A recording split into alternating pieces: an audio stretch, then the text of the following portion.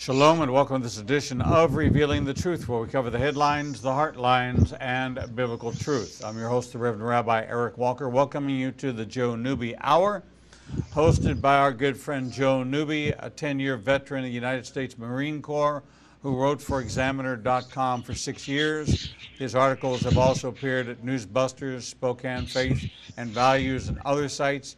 He currently runs a conservative firing line at conservativefiringline.com, where he discusses important issues to conservatives. He's the co-author of Banned, How Facebook Enables Militant Islamic Jihad, and he's our good friend, and we welcome him, Joe Newby, to the Joe Newby Hour here on Revealing the Truth. Joe, welcome. Good morning, Eric. How are you today? I'm well, thank you. How are you, my friend? Oh, doing good, doing good. Great to see you again. It's good to see you, and glad to have you back with us. So much is going on that I think that I'd like you to kind of give me kind of a broad overview of what you're seeing that is really, in my opinion, fueling the potential for the next American Revolution. What we're seeing, Eric, and we've been seeing it build up for quite a while, but I think it's gotten, every day, Eric, it seems to get worse. And that is this unhinged behavior of the Trump-hating left. And it's not just those in the Democrat Party who hate Donald Trump, but it's those in the Republican Party who hate Trump as well. And people who are mistakenly referred to as conservatives. I don't know if you're familiar with Jennifer Rubin. She writes over at the Washington Post. She is someone that the Post described as a conservative, but in my view, Eric, she is a fake. All right, she's a faker. She's the one who came out and said that Sarah Huckabee Sanders should be sentenced to a lifetime of harassment for daring to work for Donald Trump. And over the weekend, she said that Sarah Huckabee Sanders should be shunned and denied another job ever again. There's nothing conservative about Jennifer Rubin, but you have the hatred that comes from her, and it comes from her every single day. If you look at her Twitter feed, it's nothing but just it's hate. That's all it is. Hate, hate, hate. She's this close, Eric. Put your fingers about a 32nd of an inch apart. That's how close she is, in my opinion, to openly calling for Donald Trump's murder. And that's in my view. When I watch what she writes, when I watch what she says, when she goes on MSNBC and some of these other outlets, she's deranged. She's out of her mind, in my view. The entire left, Eric, has gone absolutely Orwellian, bananas, bonkers, insane. It's like, quite literally, Eric, up is down, down is up, evil is good, good is evil. We just put out a video this morning where a bunch of white leftists, Jack Posobiec says they're Antifa, maybe they are, but a bunch of white leftists are screaming at Candace Owens, who, by the way, happens to be black. And what are they screaming at her? F white supremacy. Now, wait a minute. They're white. She's black. I mean, am I the only one, Eric, to see the insanity of this? And when you listen to that video, look at that video, my gosh, Eric, it's like these people are demon possessed. All they can do is chant some mindless, stupid chant, blow whistles, and scream at the top of their lungs. They can't even be coherent. We've gotten to a point, Eric, with these people where it is impossible to have a conversation with them. So, given that as background, I honestly don't see much hope. Barring a miracle, I honestly do not see much hope. Can we look back through history and see any point in time, any organization or group or political party that is conducting themselves in this manner. For years we would use Mao's Red Book and say, oh, yeah, well, it's out of Mao's Red Book. Or we would Right. say it was out of the Marxist handbook that said this is how you disrupt society. But these seem to be tactics the likes of which I've never seen in my lifetime, or as I look back in history, I don't see it anywhere else either. You know what, Eric, I'm with you. I have never seen it. I mean, I've seen a lot of goofy things. I've seen leftists do a lot of goofy things. For example, they openly called for George W. Bush to be murdered back in his presidency, compared him to Hitler, compared him to a monkey. They did, they were almost as bad with Reagan, not quite. Um, but in my lifetime, Eric, I've never seen anything quite like this. I think the closest that maybe we could see in history might be with the presidency of Abraham Lincoln. The Democrats hated his guts too. I mean, good grief! Look at what happened. They actually started a civil war because he wanted to end. He wanted to put an end to slavery. They didn't. Um, and so you had this split within the country. Now there's other factors that that went into that, but when you boil it right down, that's pretty much what it was. Um, Joe, we're seeing an emphasis on coverage of East Coast, left coast, which is dominating the narrative. The average American is not seeing, hearing, or feeling this, and so they're looking at it as just a bunch of crazy making. But we do have midterm elections coming up here in less than 100 days. right, This is going to be impactful into what's going to happen in Washington. And let's run two scenarios. Let's right, say the Democrats win back the House. right, That's going to be automatic impeachment proceedings against Donald Trump in a way that's going to take this Mueller investigation, put it on steroids, find or fabricate whatever is necessary to try to remove this president. right, Not even falling short of an assassination attempt.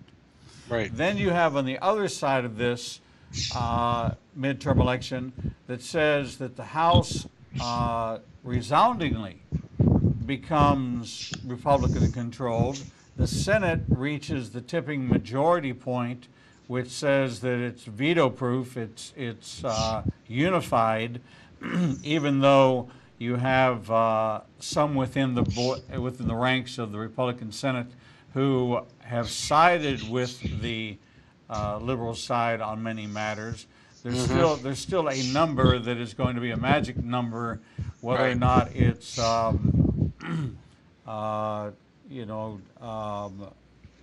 54, 58, 60, whatever that number is. It has the potential because I believe there's 8 seats up for grab in the Senate. right. So comparing and contrasting those two scenarios, what can we expect to happen after these 100 days are passed? Well, here's kind of my take on all this, Eric. If the Democrats, you're absolutely right. If the Democrats take over, it's going to be automatic impeachment proceedings. It's going to be Robert Mueller on steroids. It's going to be tyranny, the likes of which we have not seen ever in this country, in my opinion, because the Democrats have made it clear they want to get rid of ICE. They want to do away with the border. They want to raise our taxes. They've made that resoundingly clear. They want to impeach Donald Trump. They are siding with the David Hoggs and that group that wants to get rid of the Second Amendment, and they are doing everything that they can, putting in every kind of gun control measure that they can possibly think of, throwing that out there. censorship. We know that the Democrats are deeply indebted to outfits like Facebook and Google, and they have absolutely no interest in upholding the spirit, if not the letter, of the First Amendment. They don't care. You know, back during the 2016 campaign, if you recall, Hillary Clinton's campaign came out and said that if she won, they would destroy Breitbart. Um, and we've seen how they've reacted. We've had what, two or three House hearings now with Facebook and with social media, and we've seen how the Democrats have reacted in each case. To them, censorship is something that doesn't even exist, and those of us who are experiencing it, well, they've come out and said, no, we're not really experiencing it. Eric, I'm here to tell you, in my view, if the Democrats win a majority in the House or in the Senate, if they win Congress back in November, it's lights out for this country. There's no ifs, ands, or buts about it. This is, I mean, in my opinion, yes, Donald Trump's election was at that time the most important election in our history. I think this midterm election is the most important to come along. And the reason being is that we are facing a political party and a political movement that literally wants to turn the United States back into the Soviet Union. Joe, how extensive? I mean, it certainly commands a lot of news media time, but how extensive is this movement? How comprehensive and how effective do you think it is in accomplishing its goal to win those seats back? And are people really being lulled into this? And will they turn out at the polls and change the course of America forever? Well, here's what I'm seeing, Eric. As far as do they have the ability? Absolutely, they have the ability. You take a look at the statistics, um, with the exception of perhaps Fox News, every single mass media outlet in the country is decidedly anti-Trump.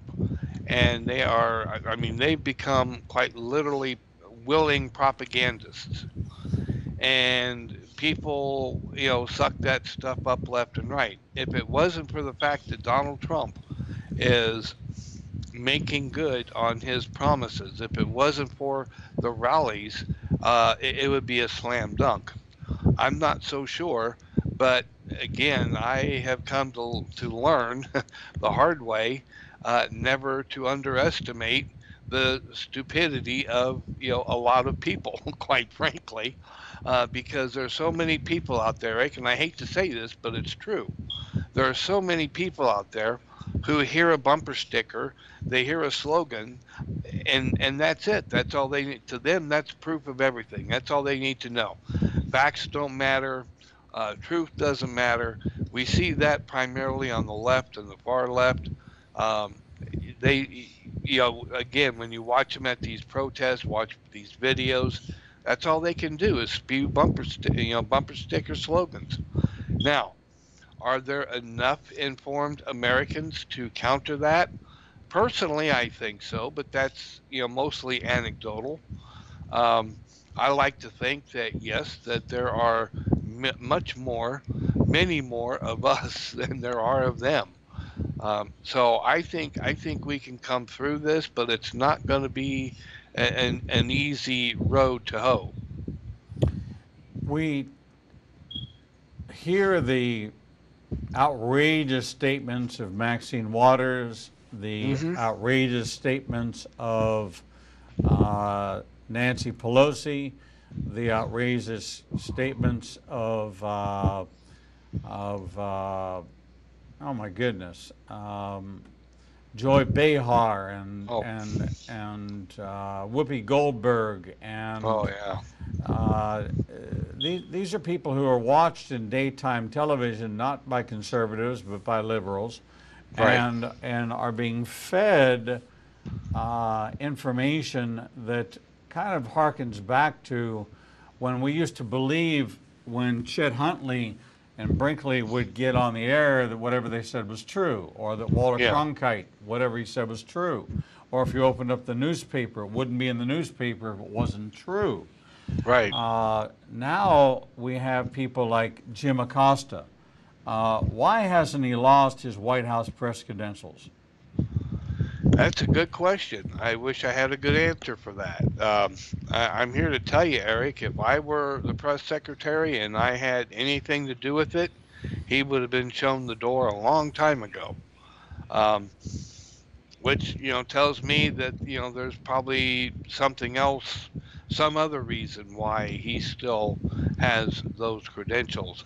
But yeah, that's a good question. Why is he still there? That's what I'd like to know. In what country in the world has socialism worked? None. None. Zero, zilch, nada, none. Now, there's a lot of European countries, like Norway, Finland, Sweden, some of these other countries that claim to have come up with a successful form of socialism. But when you look at it, it's just like Margaret Thatcher said, it works well until you start running out of other people's money. And you look at the tax rates, you look at the taxes that people are paying in those countries. It is unbelievable. Who in history has benefited from any kind of handout program?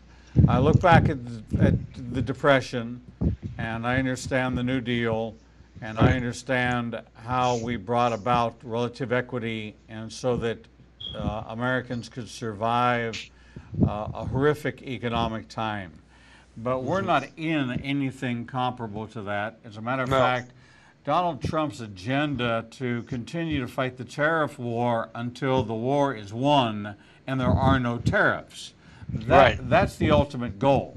The logical mind says, all right, you want to up the ante? We're in a poker game. All right? We hold in our hand all blank cards, because all those blank cards are no tariff, no tariff, no tariff, no tariff, no tariff.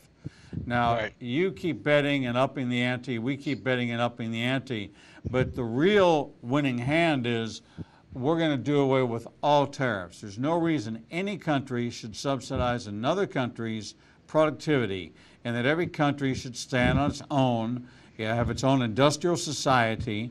We made the mistake in World War I of helping to rebuild everybody. We made the mistake in World War II of helping to rebuild everybody. Now we're subject to all the people that we rebuilt have turned against us and are now charging us exorbitant tariffs on products which we buy from them and products we sell to them. So the payback of our generosity in rebuilding Germany, rebuilding Japan, rebuilding Korea, rebuilding Poland, rebuilding Vietnam, rebuilding Laos, rebuilding Cambodia, all of that has come back to haunt us. And now it's time to say that from an international trade perspective, every country should be able to be free to produce. If you want to make steel in America, make steel in America. If you want to make steel in Canada, make steel in Canada. If you can't find enough customers in Canada to consume your steel products, then put a fair market price on it and offer it to an American company as a competitive bid and let them choose whoever the low bidder is. Yeah, exactly. This is a free economy. I think ultimately that's what Donald Trump wants to do. And I think ultimately that's where we should be. But see, and I've heard Rush and others talk about this, Eric. I think what we've got is a case of, Donald Trump has come in. He's totally unconventional. He is not of the established Washington mindset. We've been doing things the same way for how many years now? And where are we? And we get different people coming in, and it doesn't matter which party. Democrat, Republican, whether it be George W. Bush or Barack Hussein Obama, and they do very similar to the same kinds of things. So we've been doing the same thing all these years, and this is where we are now. So I'm glad to see that Donald Trump is doing something different. And I've heard him say exactly what you've said. Get rid of these tariffs. On both ways, get rid of them and let the free market decide. Let the free market do what it's supposed to do. I think that would be terrific all the way around. I grew up in Pittsburgh, and I watched the demise of U.S. Steel, Oh yeah. Alcoa, Jones and Laughlin Steel, National Steel, every major steel company, and was just very happy to see that U.S. Steel is making a comeback, and U.S. Steel is alive and well and going to prosper in this new economy. Right. When you're delivering numbers that exceed 4% increase in GDP, and there is no limit to what this country can do, we actually have jobs surpluses where we can't find enough people who want to get off the welfare rolls. I actually came up with a program. I'll run it by you and see how you like it. We take every person who's unemployed and say, okay, you want minimum wage to be at $10 an hour. Okay, this job pays $7.50. We'll subsidize you $2.50 an hour to get you off the welfare rolls, to get you off of food stamps. We'll get you to what you say is the necessary level of $10 an hour.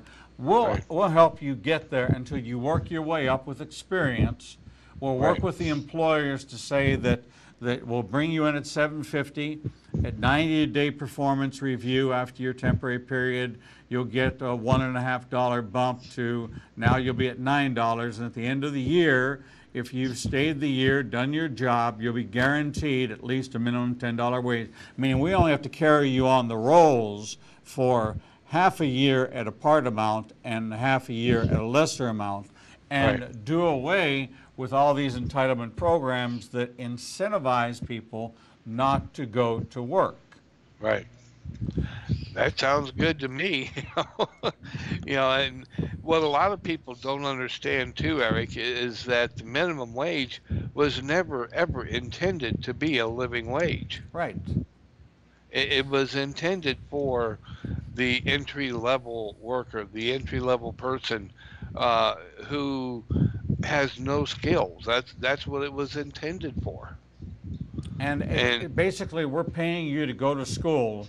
Mm-hmm. We're paying your tuition so you can get a skill, learn a job, and move up through the ranks. My father started out at 18 years old as a stock boy at Macy's. Mm-hmm. Stock boy at Macy's. He retired 46 years later as a vice president. Yeah. Same company. Right. Okay? The first time I ever changed a job, my father went berserk. He said, what do you mean not working for the same company for the rest of your life? That's not the American way. The American way is you go to work for a company and you spend the rest of your life working your way up the ranks. You can't do that from job hopping. I said, I'm a skills merchant. I learned something over here. It's now more valuable over here. They're going to offer me more money to use what I learned over here. I'm going after the money. Well, I did that and hopped around and moved up and up and up and up and up. And finally he got it that the new American way was to become a skills merchant. Go over here, get a new skill like programming, and then go to work for this company that pays a higher price for skilled programmers than they do for entry-level programmers. That's a free economy. We're talking with Joe Newby, host of the Joe Newby Hour, also the host of the Conservative Firing Line. You can find him at conservativefiringline.com.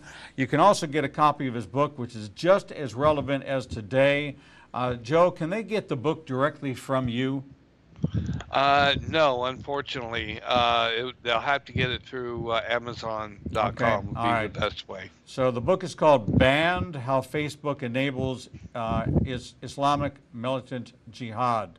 And it's just as true, maybe if not truer, today than it was the day that you and Adina released the book. We're going to take a short break, and when we come back, we're going to continue to explore America today and what it is we're facing over the next 90 days. We'll be right back. Shalom. I'm the Reverend Rabbi Eric Walker, Executive Director of Igniting a Nation and host of the daily TV program Revealing the Truth, seen live every Monday through Friday from 9 a.m. to 1 p.m. Central Standard Time at www.ianbn.com, and then replayed throughout the day and night via our website. All of our segments can be seen on the Igniting a Nation YouTube channel. Since our launch in January of this year, we've expanded our global reach to over 54 countries with a social media following of over 125,000. Our commitment is to bring you the most in-depth interviews with authors, subject matter experts, and thought leaders from around the world. We have interviewed guests from Israel, Brazil, England, India, and all across North America. All of our authors are featured on the Books and Media page on our website, www.ianbn.com. There you can find a direct link to the book you want to order, and we receive a small commission directly from Amazon. There is no cost to you for this service. In addition to our daily teachings and interviews, we make available to you the archive of all of the interviews on our YouTube, Facebook, Twitter, and Instagram channels. Our live program is available from our homepage, and there is never a charge to you for any of this access. We made the decision long ago that we would remain a commercial-free resource that would not be influenced by any pressure from any outside company. There are only two ways that we are able to continue to operate this ministry and provide you with the only live 4-hour daily Christian television talk show program. The first is through your support and tax-deductible contributions to Igniting a Nation. These can be made directly through the donate button on the website or sent through the mail to Igniting a Nation, 2700 Corporate Drive, Suite 120, Birmingham, Alabama, 35242. The other way we support the program is by offering you a unique opportunity to have access to over 10 years worth of teachings on a subscription basis. The teaching archives contains all of my prior sermons, Torah studies, prophecy in the news videos, and much more for the low subscription price of $5 per month. This subscription grants you unlimited access to over 800 hours of content not available elsewhere and is updated weekly with the most current prophecy classes. In addition to 20 hours of original TV programming each weekday, we invite you to join us live every Monday, Tuesday, and Thursday evenings for our Prophecy in the News classes. The times and locations are listed on our events page on the website www.ianbn.com. Every day, you and I are faced with the challenge of where we will go to hear the truth. We are committed to bring you the only program of its kind that covers the headlines, the heartlines, and biblical truth. We cannot do this without your support. Since we launched on January 5th, 2017, we have aired over 300 individual teachings, interviews, and commentaries not available anywhere else. We are now working side by side with almost every major Christian publishing house to bring you the most in-depth feature interviews possible. Our 1-hour features address every subject that affects the believer's life. We are hearing of salvations from the Middle East, Africa, and all across the United States. Lives are being changed every day, and we have only just begun. Our mission is to become your trusted resource and grant you access to the people, tools, and information you need to grow in your relationship with the Lord. You can help us by liking us on social media and through your financial support. We know you have many choices in who you support, but we are prayerfully asking you to consider helping us keep revealing the truth, true to our calling, to cover the headlines, the heartlines, and biblical truth like no other program available. Donate today and help us bring the message to the four corners of the earth. Visit www.ianbn.com and donate, buy a book, or subscribe to our teaching archives. Without you, we do not exist.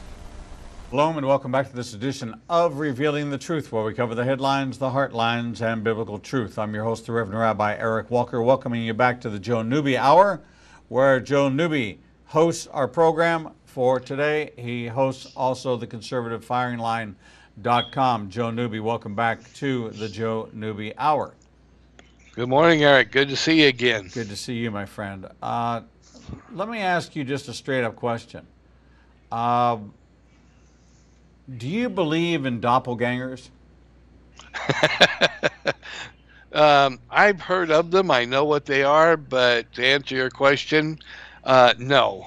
Normally I would not, but I I think I know where you're going with this. Well, I'm gonna say a name, Jeff Sessions, and you tell me if the man who is currently in the role as the Attorney General of the United States of America is anything like the Jeff Sessions that we knew as the senator from Alabama and a rabid voice during the Trump campaign, who before the campaign was even, before the election could sink in, recused himself from the Russia probe and has become a gelding in this administration.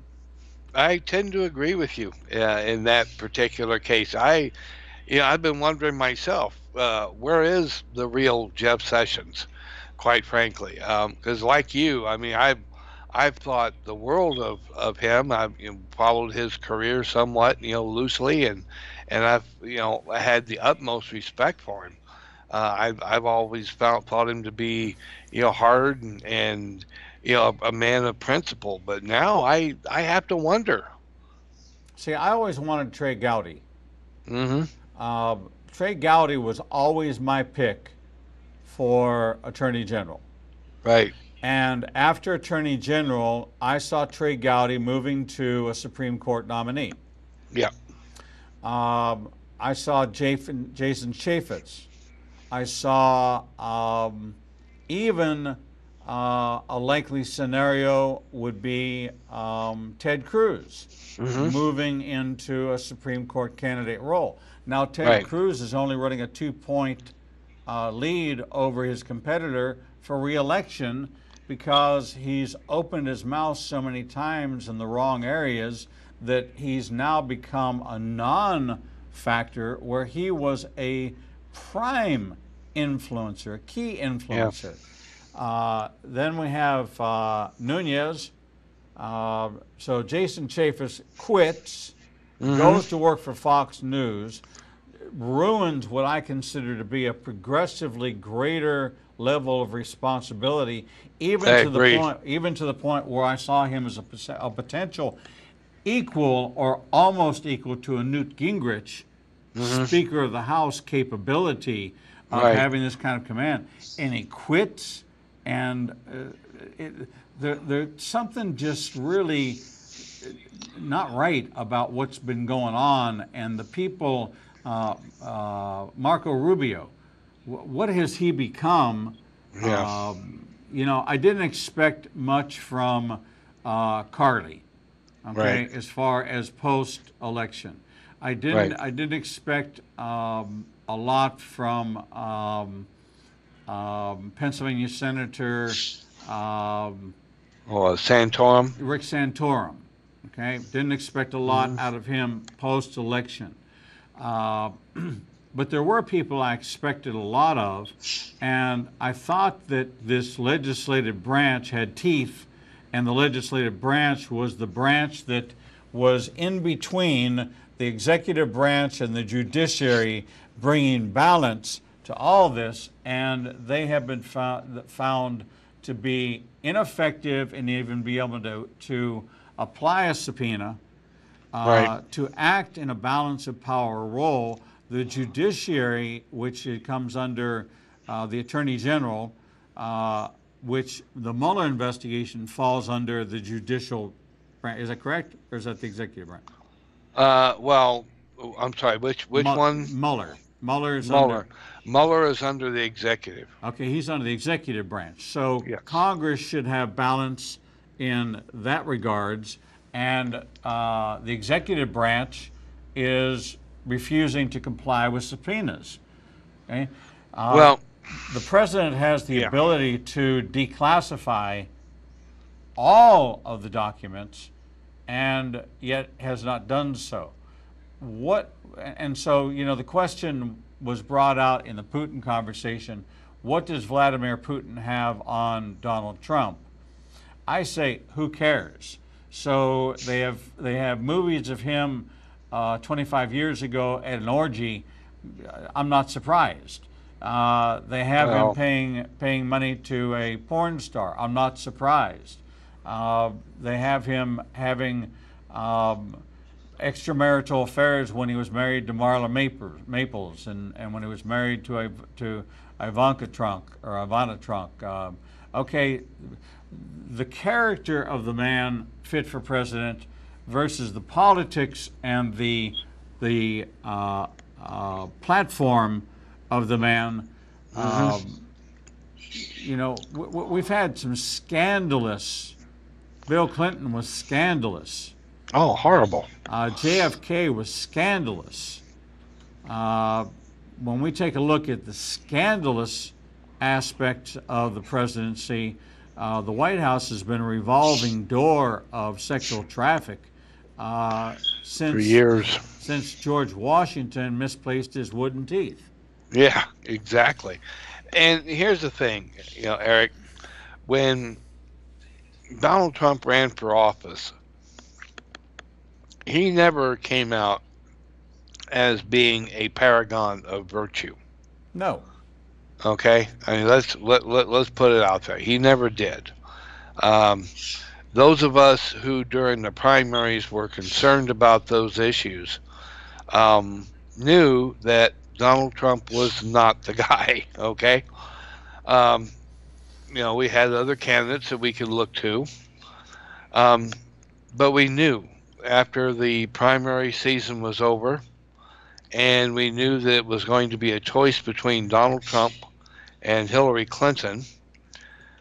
We knew at that point we had a choice between a woman who had spent the last 40 plus years of her life lying and scheming her way to the top, doing God knows what kind of illegal activity from the very first day she came on the scene back in the days of Watergate.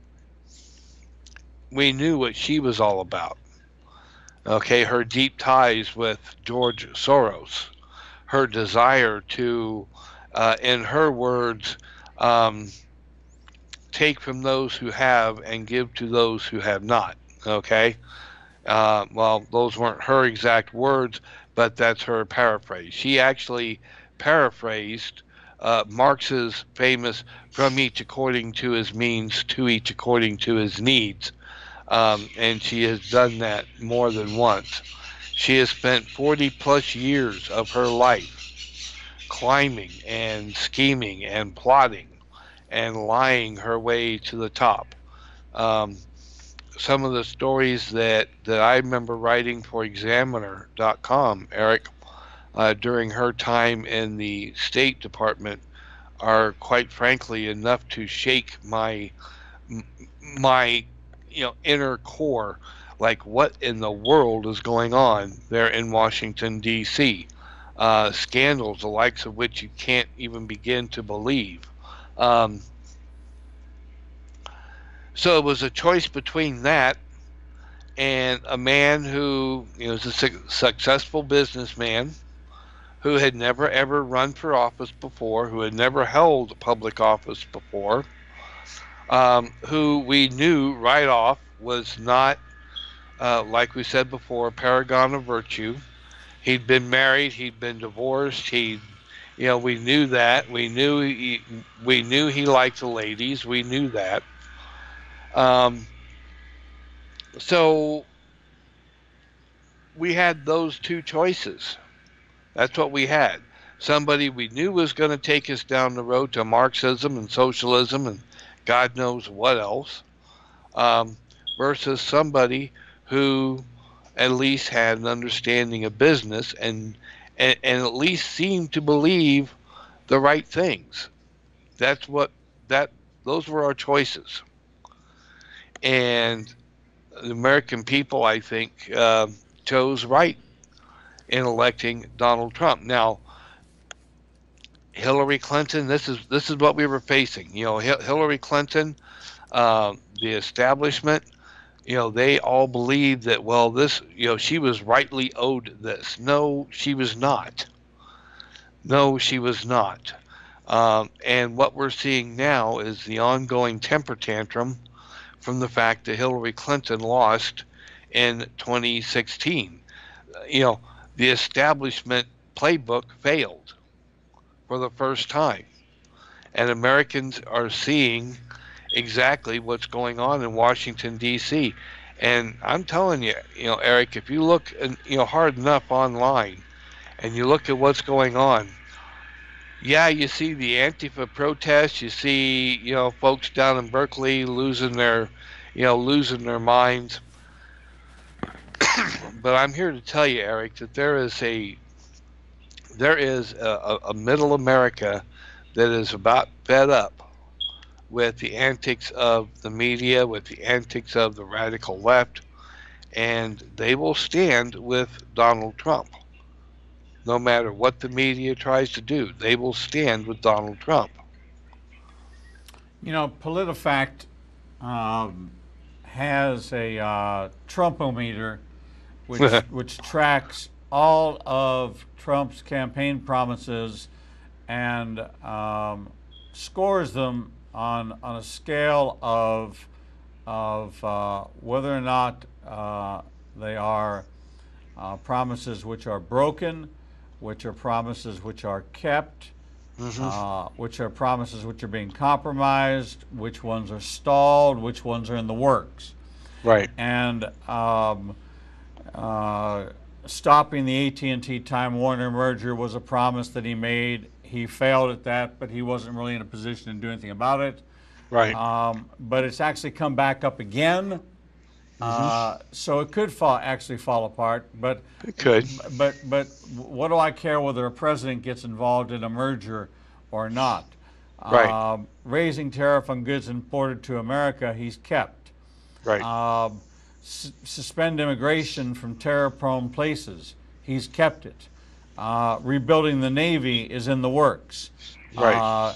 Moving the U.S. Embassy to Tel Aviv, from Tel Aviv to Jerusalem, in the works. Renegotiate the Iran deal is in the works. Right. Terminate Obama's immigration executive orders immediately, in the works. Suspend immigration, in the works. Build a safe zone for Syrian refugees. Almost out of his control, unless he decides to use eminent domain to take a border, which is in a foreign country, which can't be done. Right.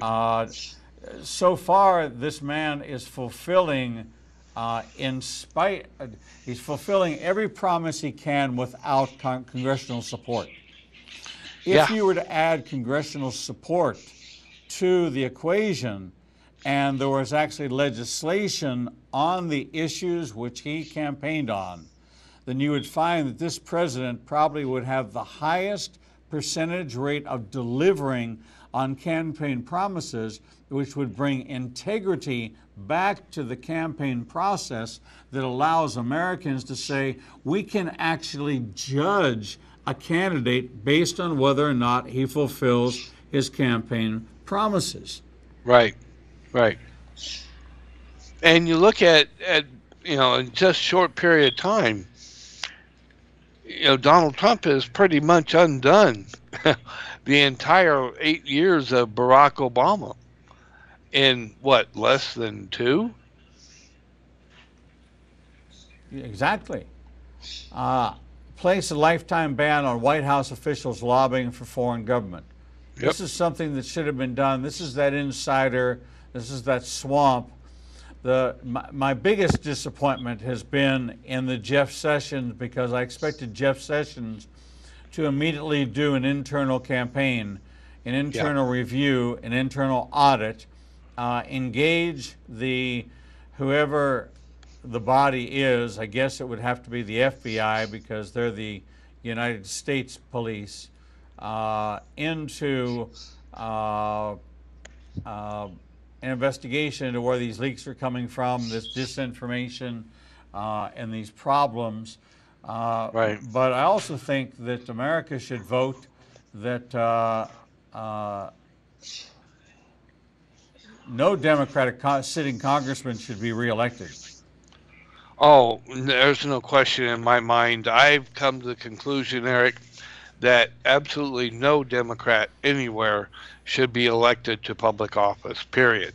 Um, I mean, the Democrat Party today, Eric, in my view, more resembles the Communist Party that ran the Soviet Union.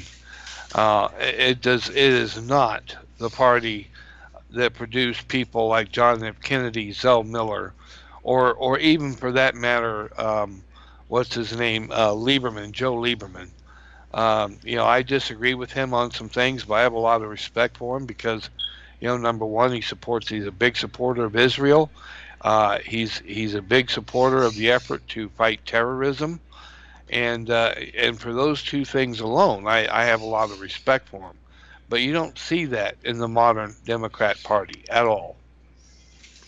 Well, you're exactly right. I just don't understand, and my concern is what are we doing as a nation to counter, and what is the Republican Party doing to counter? I certainly agree with the number of rallies that the president has had. I think it's probably one of the most active presidents during the midterms that we've ever seen, Right. in getting out there to the right places at the right times in order to impact the right decision making and the right voting. He certainly can get Yep. people out to a rally, but can he get people to the polls? And that's my Right. concern for this coming November. Right. Exactly. It's a huge concern. But you know what, though? Historically, the president's party, the party in power, has always lost seats in a midterm election. That's just the way it's always been. And I got to tell you, Eric, I'm not sure if that's going to happen this time. I don't know if that's going to happen this time. It may, but then again, it may not. I mean, the Democrat Party, Eric, has gone ballistic. They have literally gone insane. And when you look at that, when you see what the media is doing, more and more people are waking up to the media. More and more people are waking up to what social media like Facebook and Twitter, what they're doing. More and more people are simply waking up. That's why this walkaway movement has become so popular. More and more people are seeing just how deranged the Democrat Party is, and they're saying, "I can't support this," and they're walking away. And you know, and then when you have CNN and the mainstream media accuse them of being Russian bots for walking away from the Democrat Party, I mean, what's up with that? It's ridiculous. It's beyond ridiculous. It's absurd. And why would you listen to a Maxine Waters, and why would she either represent the Democratic Party or the African American population? It's an embarrassment to both, and it's conduct unbecoming of what we would consider to be a politician who should show class, diplomacy in every case, and there's nothing Right. diplomatic. And look, she's closer to Louis Farrakhan than she is to Martin Luther King. Absolutely. And No doubt. that's appalling to me that people are turning out and supporting her, and that she is being given the voice that she's given. anger only brings about strife, and the people that are really being impacted by this don't even know they're being impacted by it. Right. Right. Well, her and several others. Jennifer Rubin, I mentioned her from the Washington Post.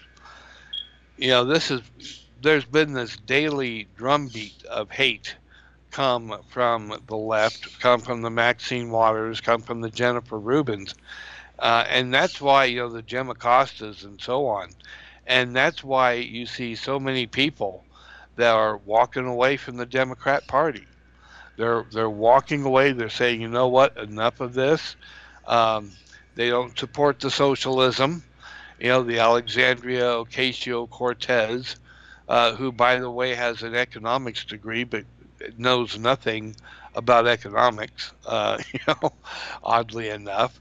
And more people are walking away from that. And my hope and prayer, Eric, is that by the time November comes around, that enough people will be fed up enough that they're going to tell the Democrat Party to take a hike. Well, that's my prayer as well, and that should be our audience's prayer, that people will wake up and realize that you have to vote in November. It is not a matter of leaving it up to somebody else. It's our responsibility. Right. It's every American's responsibility to vote, and especially in this upcoming midterm election, which can turn the course of history for the next 30 years. Supreme Court appointments, border security, and economic blessings and benefits, prosperity, which we have not seen since after the Ronald Reagan years, and a stronger America, an America that is a nuclear power, a power not to be toyed with and trifled with, and a power that Mr. Gorbachev, tear down the wall, are words that will be heard throughout the world again. That's right. Joe Newby, proprietor of the Conservative Firing Line and author of Banned, How Facebook Enables Islamic Jihad, available on Amazon. Joe Newby, always great to see you here on Revealing the Truth. We'll see you again this same time next month on the Joe Newby Hour right here on Revealing the Truth. First Monday of every month, and that'll be Labor Day, so maybe you get the day off, but not from me. There you go. But not from me. All right. All right, we'll see you then. Thanks, Joe. We'll see you. Thank you. God bless. We're going to take a short break, and when we come back, we'll bring you the next edition of Revealing the Truth.